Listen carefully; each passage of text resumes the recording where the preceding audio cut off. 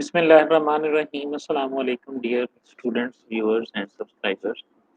ये मेरे वो स्टूडेंट्स हैं वर्चुअल यूनिवर्सिटी ऑफ पाकिस्तान के जो स्टूडेंट्स जो हैं वो फाइनल ईयर प्रोजेक्ट जो है वो अपना कर रहे हैं। उन स्टूडेंट्स के लिए अल्हम्दुलिल्लाह पाकिस्तान के अंदर सबसे बेस्ट वीडियोस जो हैं वो मेरी अवेलेबल हैं। उन वीडियोस को आप ये इस्तेमाल कर सकते हैं अपने फर्स्ट डिलीवरेबल को बनाने के लिए। फर्स्ट डिलीवरेबल आपका सॉफ्टवेयर रिक्वायरमेंट स्पेसिफिकेशन डॉक्यूमेंट है, एसआरएस डॉक्यूमेंट है। 4 वीडियोज़ इस सिलसिले में मैंने अपने चैनल पे अपलोड की हुई हैं। एक वीडियो के अंदर मैंने मुकम्मल सिनेरियो के साथ एसआरएस डॉक्यूमेंट बनाने में आपकी हेल्प आउट की है, यानी एक सिनेरियो मैंने लिया है और उस सिनेरियो में से मैंने आपको बताया कि सबसे पहले आपने स्कोप कैसे लिखना है, उसके बाद फंक्शनल और नॉन फंक्शनल रिक्वायरमेंट्स को आपने किस तरह से उसमें से एक्सट्रैक्ट करना है और उसके बाद फिर मैंने ये भी उसमें बताया है कि आपने यूज़ केस डायग्राम या यूजेज सिनेरियोज़ जो हैं वो किस तरह से बनाने। ये सारी चीज़ें जो है ना वो उसके अंदर एक्सप्लेन की हुई हैं। मैं डिस्क्रिप्शन के अंदर उन तमाम वीडियोज़ का लिंक्स भी वन बाय वन सेंड कर दूँगा। आपसे जो है ना वो गुज़ारिश यही है कि आप ये बिल्कुल आसान काम है जी, यानी एसआरएस बनाना किसी भी स्टूडेंट के लिए बिल्कुल भी मुश्किल नहीं है। आप इसके लिए कहीं भी बॉदर ना करें, कहीं कोशिश ना करें किसी को पे करने की या किसी के झांसे में आने की। सिंपल एक वर्ड की डॉक्यूमेंट है जिसको आपने बना के अपने सुपरवाइज़र को सेंड कर देना है, सुपरवाइज़र उसको देखेगा। अगर उसके अंदर आपने 50% काम भी सही कर लिया होगा, तो सुपरवाइज़र जो है उसके ऊपर कमेंट्स करके वो डॉक्यूमेंट आपको सबमिट कर दी जाएगी और मार्क्ड एज़ क्लियर आपको कर दिया जाएगा, ठीक है? तो ऐवें ही फ़िज़ूल में पैसे अपने ज़ाया करने, लोगों को पैसे देने या उनके करना, इसको करने की आपको कतई तौर पे कोई ज़रूरत नहीं है। मैं जो चीज़ें इसके अंदर इस्तेमाल होती हैं, सबसे पहले इसमें स्कोप आपने लिखना है। स्कोप अब आप देखें, आपको प्रोजेक्ट फ़ाइल मिली हुई है, प्रोजेक्ट फ़ाइल के अंदर पहले पैराग्राफ के अंदर प्रोजेक्ट सुपरवाइज़र ने कितने अच्छे तरीके से उस प्रोजेक्ट को एक्सप्लेन किया हुआ है। जो भी प्रोजेक्ट आपको असाइन हुआ है कि ये प्रोजेक्ट जो है वो क्या करता है और किस तरह से इस प्रोजेक्ट के अंदर कौन-कौन सी एक्टिविटीज़ परफ़ॉर्म की जाती हैं, ठीक है? आपने उसी एक पैरे को 1.5 या 2 पैरे के अंदर डिवाइड जो है ना वो बता देना है। उसको उस वक़्त जो सर ने बताया उसने प्रोजेक्ट को डिफ़ाइन किया हुआ है। आपने उस प्रोजेक्ट को अपने अल्फ़ाज़ में पैरा और कॉन्सेप्ट आपने वहीं से लेना है, लेकिन थोड़ा-सा उसको रिफ्रेज़ करना है ताकि कॉपी पेस्ट वो आपको ना लगे। उसको रिफ्रेज़ करें और उसका रियल वर्ल्ड में बता दें कि उसका जो है ना वो कहाँ पे इस्तेमाल है। मसलन मैं आपको एक एग्ज़ाम्पल देता हूँ। लास्ट सेमेस्टर में ना एक ब्लड डोनेशन सिस्टम के नाम का प्रोजेक्ट आया था। अब ब्लड डोनेशन सिस्टम के बारे में सर ने लिखा था कि ब्लड डोनेशन सिस्टम ये करता है, ये करता है, ये करता है। उसकी फंक्शनल, नॉन फंक्शनल सारी रिक्वायरमेंट्स बताई। अब स्कोप क्या लिखेंगे?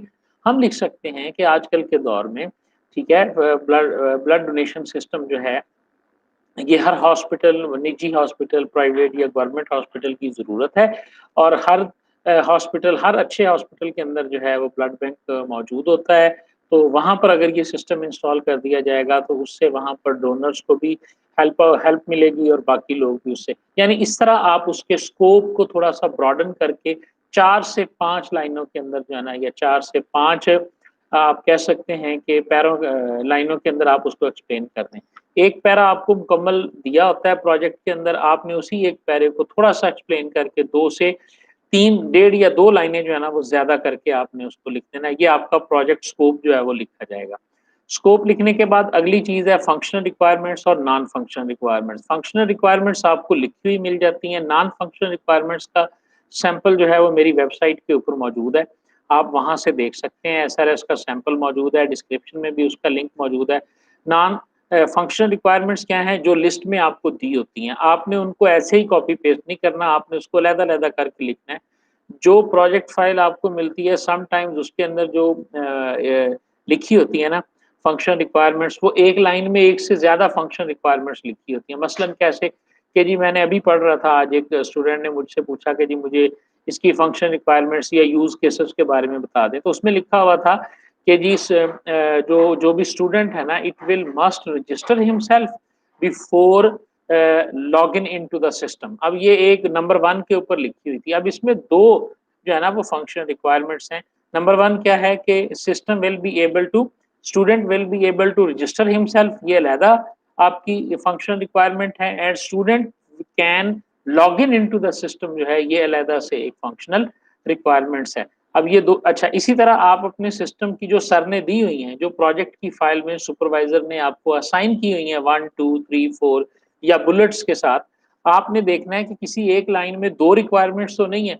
आप ऐसे ही उसको कॉपी करते हैं, पेस्ट करते हैं और सर की तरफ से कमेंट आ जाते हैं फिर कि जी आपने जो है ना वो इसको कॉपी पेस्ट किया हुआ है। आप उनको अपने अल्फाज में लिख लें और एक लाइन में एक वर्ब लिखा हो। मसलन अगर आपके पास जो टीचर ने फाइल भेजी है उसके अंदर 2 चीज़ें लिखी हुई हैं, मिसाल के तौर पे जैसे मैंने अभी एग्जांपल दी कि स्टूडेंट जो है वो रजिस्टर करे before login into the system, तो आप इसको 2 तरह लिखें। Number 1 student can register himself into the system, number 2 student can log in into the system. जब आप इस तरह 1 2 3 4 5 6 7 8 आप अपनी तमाम फंक्शनल रिक्वायरमेंट्स को इस तरह से लिख लेंगे ना, तो यही आपके यूज केस बन जाएंगे। नॉन फंक्शनल रिक्वायरमेंट में आप रिलायबिलिटी, मेंटेनेबिलिटी, एक्यूरेसी, ठीक है, और इसी तरह फंक्शनैलिटी, फ्लेक्सिबिलिटी, इस तरह के 5 से 10 हैं। अगर आप सिंपल गूगल में लिखें ना नॉन फंक्शनल रिक्वायरमेंट्स, तो आपको नॉन फंक्शनल रिक्वायरमेंट्स जो है ना वो उसके अंदर मिल जाएंगी। अब आपने वही एनएफआर 1 2 3 4 5 या 6 एनएफआर लिखी, उसमें सिस्टम रिक्वायरमेंट भी होता है, उसमें मेंटेनेबिलिटी भी होता है। आप मसलन मेंटेनेबिलिटी में क्या लिखेंगे कि आपका सिस्टम, इसका मैंने कहा ना कि इसका सैंपल जो है वो डिस्क्रिप्शन के अंदर इसका लिंक मौजूद है। आप वहां से मेरी वेबसाइट से theITeducation.com से आप इसको डाउनलोड कर सकते हैं। उसके अंदर आप अपने सिस्टम के अकॉर्डिंगली चेंज कर लेंगे। मैं एक की बात बताता हूँ जी कि जो है ना वो लेट्स वो बैकअप एंड रिकवरी हम उसके अंदर लिखते हैं, तो हम लिखेंगे कि this system is made and takes backup every weekend in case of any crash you can restore from the या you can recover the system within 1 hour। यानी आप उस तरह मेंटेनेंस टाइम भी बताएंगे और उसके बाद जो है वो आप उसका रिकवरी भी बताएंगे। एक हम गलती करते हैं नॉन फंक्शन रिक्वायरमेंट लिखते हुए कि हम नॉन फंक्शन रिक्वायरमेंट्स को क्वांटिफाई नहीं करते। हम लिख देते हैं जी it's user interface is very good, it's user interface is very simple, ठीक है, या हम लिख सकते हैं जी इसके रिजल्ट्स जो है ना वो बड़े रिलायबल हैं। ऐसे नहीं हमने लिखना, हमने उसको क्वांटिफाई करते हुए नॉन फंक्शनल रिक्वायरमेंट्स को लिखना होता है। स्कोप हो गया जी, functional and non functional requirements हो गया। अब आ गई एसआरएस डॉक्यूमेंट की जान, जो कि है use case diagram. Use case diagram के अंदर अब आपने क्या करना है कि system boundary, use case diagram कैसे ड्रॉ की जाती है, डिस्क्रिप्शन में लिंक मौजूद है, वो वीडियो देखें, उसमें मैंने सिंपल बताया कि आप यूज केस डायग्राम कैसे ड्रॉ कर सकते हैं। एक रेक्टेंगल बनेगा जिसको सिस्टम का नाम दिया जाएगा, जितने उसके एक्टर्स हैं वो आप लेफ्ट पे रखें, राइट पे रखें, कोई फर्क नहीं है, एक्टर्स को आप ड्रॉ कर लेंगे। उसके बाद जो आपने फंक्शनल रिक्वायरमेंट्स बनाई है ना, उन तमाम फंक्शनल रिक्वायरमेंट्स को ओवल्स की सूरत में लिखते हैं। मसलन रजिस्टर सिस्टम, नंबर 2 आ गया log in to the system, number 3 आ गया जी फी पेमेंट, मैं स्टूडेंट मैनेजमेंट सिस्टम की बात कर रहा हूँ, नंबर सेलेक्ट कोर्सेज, ठीक है जी, नंबर 1। अब ये जितने भी आपने है ना 1 2 3 4 7 सिस्टम थे ना, सातों 7 रिक्वायरमेंट्स थी आपकी, सातों को बेजवी शक्ल में ओवल शक्ल के अंदर आप लिख लें। जिस जिस एक्टर जो जो यूज केस परफॉर्म कर रहा है वहां से लाइन लगा दें। फॉर एग्जांपल मैं अभी एक एग्जांपल आपको देता हूँ कि जी एक सिस्टम है मेडिकल स्टोर का, मेडिकल स्टोर में एक कस्टमर है, एक सेल्स पर्सन है, तो आपके एक्टर हो गया एक कस्टमर और एक सेल्स पर्सन। जो जो काम सेल्स पर्सन करता है वो जो आपने ओवल्स लगाए हैं अपने सिस्टम, रेक्टेंगुलर ड्रॉ करें, ये आपकी सिस्टम बाउंड्री होगी। एक्टर आपके बाहर आ गए, उसके अंदर बेजवी शक्ल ओवल्स के अंदर जो है ना वो आप लिखें। यूज केस के नाम लिखते वक्त ये बात याद रखिएगा, यूज केस का नाम लिखते वक्त इस बात का ध्यान रखना है कि पहले आपका वर्ब आएगा, यानी register user, log in into the system, पे, फी। इस तरह आपके आपके पास ये सारा कुछ फंक्शन रिक्वायरमेंट्स में लिखा है। अगर आपकी 10 फंक्शन रिक्वायरमेंट है तो आपके यूज केस भी 10 होंगे, अगर आपकी 11 है तो आपके यूज केस 11 होंगे। ओवल्स बनाएं और उसके बाद देखें कि ये कौन कर रहा है। अगर स्टूडेंट कर रहा है तो आपने बाहर स्टूडेंट का और टीचर का बनाया हुआ, स्टूडेंट से स्टूडेंट को लिंक कर दें, टीचर से टीचर को लिंक कर दें, ये आपका यूज केस डायग्राम जो है वो बन जाएगा। यूज केस डायग्राम के बाद आपने मेथोडोलॉजी पे बात करनी है। आप 4-5 मेथोडोलॉजीज को डिस्कस करेंगे, वाटरफॉल क्या है, स्पाइरल क्या है और रैपिड एप्लीकेशन डेवलपमेंट क्या है। नीचे अब आप लिख देंगे जी अडॉप्टेड मेथोडोलॉजी हमारी वर्चुअल यूनिवर्सिटी की वीयू प्रोसेस मॉडल है, वीयू प्रोसेस मॉडल की गूगल के ऊपर आपको डायग्राम भी मिल जाएगी, वो डायग्राम वहां लिखें और उसके बाद रीजंस बयान करें कि हम वर्चुअल यूनिवर्सिटी के प्रोसेस मॉडल को क्यों सिलेक्ट कर रहे हैं। और उसके बाद अगली चीज आ जाएगी यूजेज सिनेरियोज। यूजेज सिनेरियोज जो हैं ये आपके अगर 10 यूज केस है ना तो आप कम से कम 5 यूजेज सिनेरियो ज़रूर लिखेंगे। यूजेज सिनेरियोज़ का फॉर्मेट भी आपको प्रीवियस वीडियो में भी मिलेगा और जो सैंपल फाइल है उसके अंदर भी मिलेगा। एक टेबल है जिसके अंदर आपने हर यूजेज सिनेरियो का नाम दे देना है। नाम देने के बाद आपने प्री कंडीशन लिखनी है, उसके बाद आपने पोस्ट कंडीशन लिखनी है। दरमियान में वो सारे के सारे स्टेप्स लिख देते हैं। मसलन मैं एक को बयान करता हूँ, स्टेप जो रजिस्टर वाला है जी। पहला स्टेप क्या होगा जी, system user click on sign up button, ठीक है जी। फिल नेम, यूज़र आईडी, इस तरह जितने फील्ड वो फिल करेगा, क्लिक ओके, और उसके बाद यूज़र जो है ना वो सक्सेसफुली क्रिएटेड या सक्सेसफुली रजिस्टर्ड का आपके पास मैसेज आ जाएगा। यूजेज सिनेरियो के बाद अगली चीज़ जो आती है ना वो प्रोजेक्ट प्लान की आती है। प्रोजेक्ट प्लान में बहुत सारे लोग परेशान होते हैं। प्रोजेक्ट प्लान बनाने के लिए नंबर 1 तो आपके पास माइक्रोसॉफ्ट प्रोजेक्ट नाम का सॉफ्टवेयर जो है ना वो इंस्टॉल होना चाहिए। डायग्राम्स बनाने के लिए माइक्रोसॉफ्ट विजियो जो है वो आपके पास इंस्टॉल होना चाहिए। लेकिन अगर आप समझते हैं कि आप माइक्रोसॉफ्ट वर्ड में अच्छी ड्राइंग बना सकते हैं, तो फिर आप डायरेक्ट माइक्रोसॉफ्ट के अंदर भी अपनी ड्राइंग को क्रिएट कर सकते हैं, ठीक है।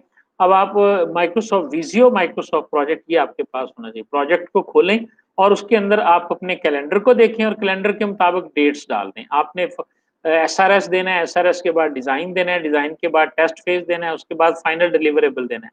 आपने टेस्ट फेज़ वगैरह बीच में नहीं लिखना, आपने लिखना है एसआरएस, और एसआरएस को ना डिवाइड कर लेना है 2 हिस्सों के, 3 हिस्सों के अंदर। मसलन एसआरएस के अंदर हमने क्या किया, सबसे पहले हमने जो है वो स्कोप ऑफ द प्रोजेक्ट पे काम किया, 2 दिन इसे दे दें, ठीक है। उसके बाद हमने फंक्शनल और नॉन फंक्शनल रिक्वायरमेंट्स पे काम किया, 2 या 4 दिन, 5 दिन उसे दे दें।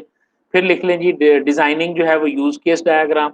इस तरह आप अपने एसआरएस को भी 3 से 4 हेडिंग्स में चेंज कर लें।